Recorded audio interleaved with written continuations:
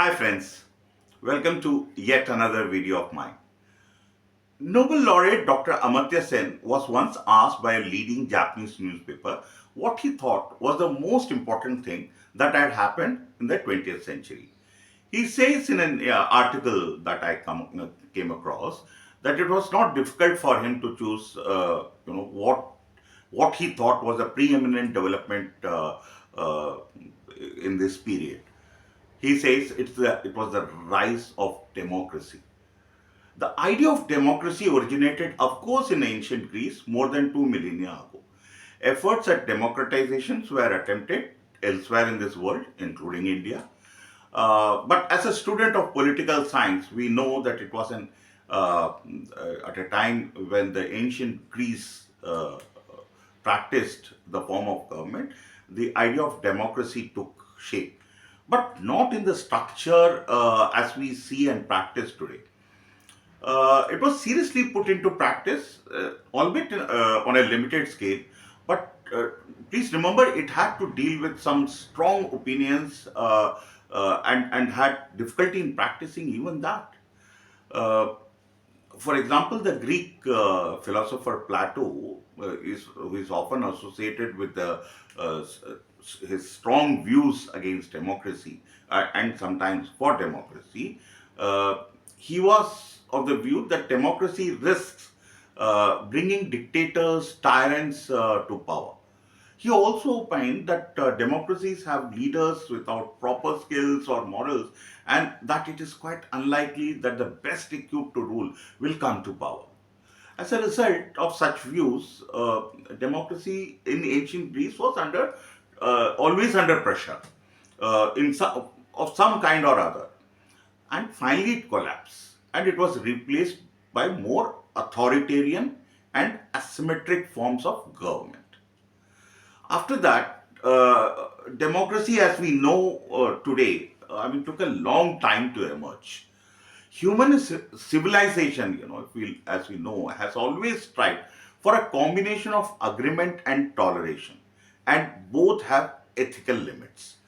Sociologists would tell you that democratic practices are closely linked to the evolutionary development of our species. Democracy is a core value of the United Nations too. When the founders of the United Nations drafted the United Nations Charter, they did not mention the word democracy. In 1945, many of the UN members did not endorse democracy as a system or didn't practice it.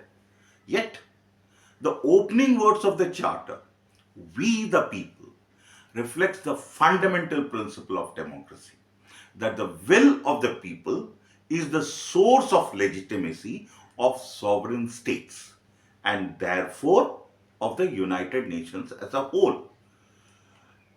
It works perfectly in a federal structure.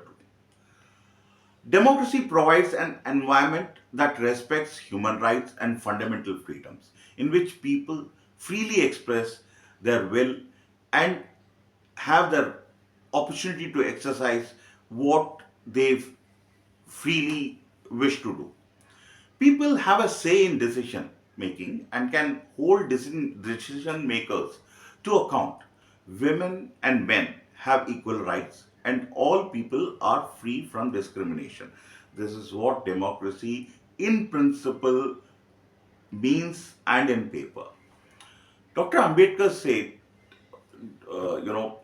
democracy is not a form of government, but a form of social organization.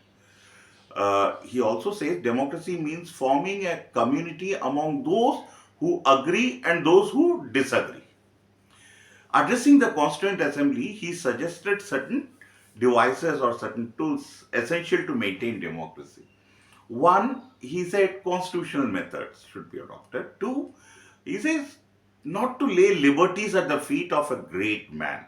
Three, make political democracy a social democracy. No doubt, despite attacks on democracy for all its shortcomings, it will survive. And the magic of the individual leaders and tendencies towards authoritarianism, which we see in democracy, will find its logical end. Humans by nature are designed to be free, and a pure form of democracy with its critical principles that allow expression and equality to serve as a safety wall whenever humans feel suffocated of not able to be free is essential. We have witnessed in the human history what happens in the absence of a safety wall. Let's hope every democratic country in its purest form, its leaders and its people realize this eternal truth. Thanks for watching. Please don't forget to subscribe and press the bell icon for alerts of my videos. Till the next video, take care, be safe.